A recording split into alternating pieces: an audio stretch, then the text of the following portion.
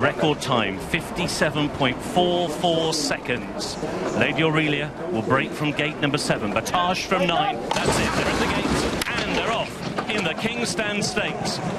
Vaquero is flashing speed on the far side, so too Lady Aurelia. Battage was alertly away today, and so too Gifted Master. Battle of Jericho and Catchy can't even live with the early tempo. Ornate's towards the near side together with Blue Point, dropping out the back of the field early as Washington DC. They've gone very hard early through the first quarter mile of the King's Stand Stakes, and it is Battage who's giving a lead to Lady Aurelia. Catchy in the green colours over on the far side. Next is Blue Point, followed by Ornate, who's already been ridden along on the right as we look down the track. Then Finsbury Square, Vaquero over on the far side, followed through by Battle of Jericho. They're inside the final furlong and a half, and it is Battage who goes for home. Blue Point will try and follow him through in second. Lady Aurelia in third. Maps Cross is staying on. They're racing inside the final half furlong. Battage has the lead, but Blue Point is coming, and Blue Point has swept by him as they race up towards the line. It will be Blue Point and William Buick who take the King's Stand Stakes. Tight for second between Battage and Maps Cross. A huge run by Vaquero. He may have got fourth.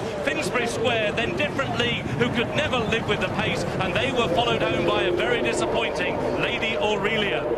Well, the one thing you knew about the winner, Blue Point, is that he absolutely loves it here at Ascot. It is his third win here at the track. He took the Group 3 John Guest Bengoff Stakes back in October of last year. He's given William Buick, this year's Derby winning jockey, his 21st winner at the Royal Ascot meeting, and it is a 5th winner at Royal Ascot for the winning trainer, Charlie Appleby.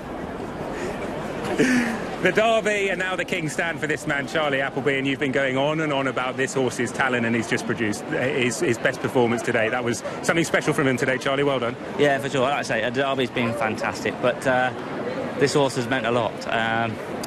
Fair play to Rizzo, who's been riding him just recently now from Dubai there, and he's done a fantastic job in putting this horse where he is. Willie Ryan's had a lot to do with this horse as well, so I can't. There's a list of people I can say thank you to. You know, the whole team at home, led by Marie Murphy. I'm just delighted because this horse, we've loved him since a 2-year-old, and I was confident coming in today he was the right horse. OK, many congratulations, Charlie. We'll grab a further word with you perhaps later on, but a King's Stand winner to go with the Derby. Sounds good. Well done. Brilliant. Thanks, Ollie. Cheers, mate. Well, Francesca, you said this horse was stunning in the paddock. The start, fascinating, Johnny. And you said, oh, no, why? Well, I would always question Battage is you know, his ability to stay. You know, that he goes so fast early. If you're leading Lady Aurelia, you know, how fast are you going to go? You know what I mean? Like, the winner got a lovely run into it. He's going to stay 5 really, really well. It's a very stiff 5 here at Ascot. I knew a furlong down there was no way he was going to last. Like, you could see the second coming. And for me, he jumped well, so maybe he had no option, but he looked like he was pretty determined to be up there on the pace and make the running, but he paid the price in the last half furlong. Yeah, you picked it early, Johnny, and especially when you got the likes of Gifted Master back left and Catchy in the green in the middle, who aren't able to go with the early tempo. You know, Jason, that they're going lickety-split, and this has set it up nicely for Blue Point, who in the prelims was an absolute bull. He's a big, strong horse, and we're very quick in racing to forget horses when they run disappointingly, which is what happened to him over in Hong Kong after finishing second in Meydan, but he's bounced back to some form. He certainly has, and you were saying about his wins here in the Pavilion, the Bengal Stakes as well. He went globe-trotting, didn't he? He tried to go and match it with the sprinters out in Hong Kong, and that didn't go to plan. Back over a track that he likes. Look at Mabs Cross finish us off as well. We saw her winning the Palace House in the early part of the season.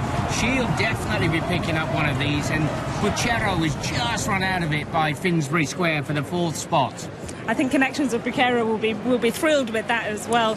That horse came here at a fairly big price. But let's hear from the winning jockey with Rishi.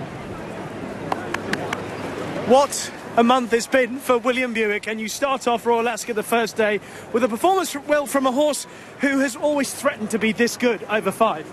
This means a lot to Charlie and everyone, you know, Sheikh Mohammed and the whole team at home in Moulton Paddocks, because, you know, everyone really, we stuck our neck out about Blue Point as a 2-year-old, and, you know, things hasn't gone his way in a lot of races. And today, you know, to make him a Group 1 winner now and everything felt right, it's very, very satisfying. And I'm most of all, obviously, very, very pleased for the horse, because he deserves it more than anyone. And tell me about the way the race unfolded, because everyone was talking about Batash and Lady Aurelia and the speed they're showing. It actually worked out perfectly for you. It did. He is a very quick horse, Blue Point, and you know, I was always very comfortable where I was, and I always knew he was going to see the race out better than Batash. It was just a case of whether I'll be close enough where it mattered. Well, do you pinch yourself how well things are going at the moment? Well, look, it's great. We always look to get better. We always look to win more races. You know, there's another race in 40 minutes' time. You know, and you know, we work for a great man in Sheikh Mohammed, who has got to where he is by setting very high standards. And you're certainly meeting them. Well done. Thank you very much. And Blue Point just loves this track here at Ascot. He's 3 from 4 now at Ascot and ran in that red-hot Commonwealth Cup last year with Caravaggio, Harry Angel, Blue Point. What a good race that was. And Francesco, it seems the key to me after what went horribly wrong in Hong Kong with this horse.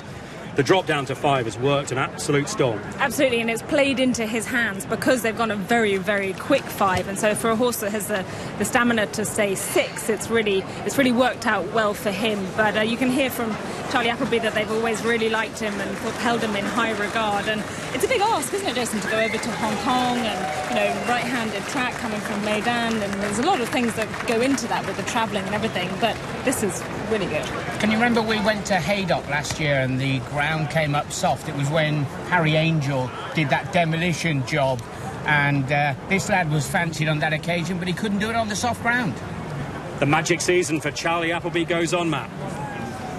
What a good bloke he is. Absolutely fantastic trainer. 12 months ago, Blue Point was the party pooper, the spoiler. Many people blamed his participation in the Commonwealth Cup for the defeat of Harry Angel as Caravaggio came through and beat the Godolphin duet. Today, he's the hero at 6-1, and we pointed out on the opening show there were no real market movers in this race, but if there was one, it was Blue Point.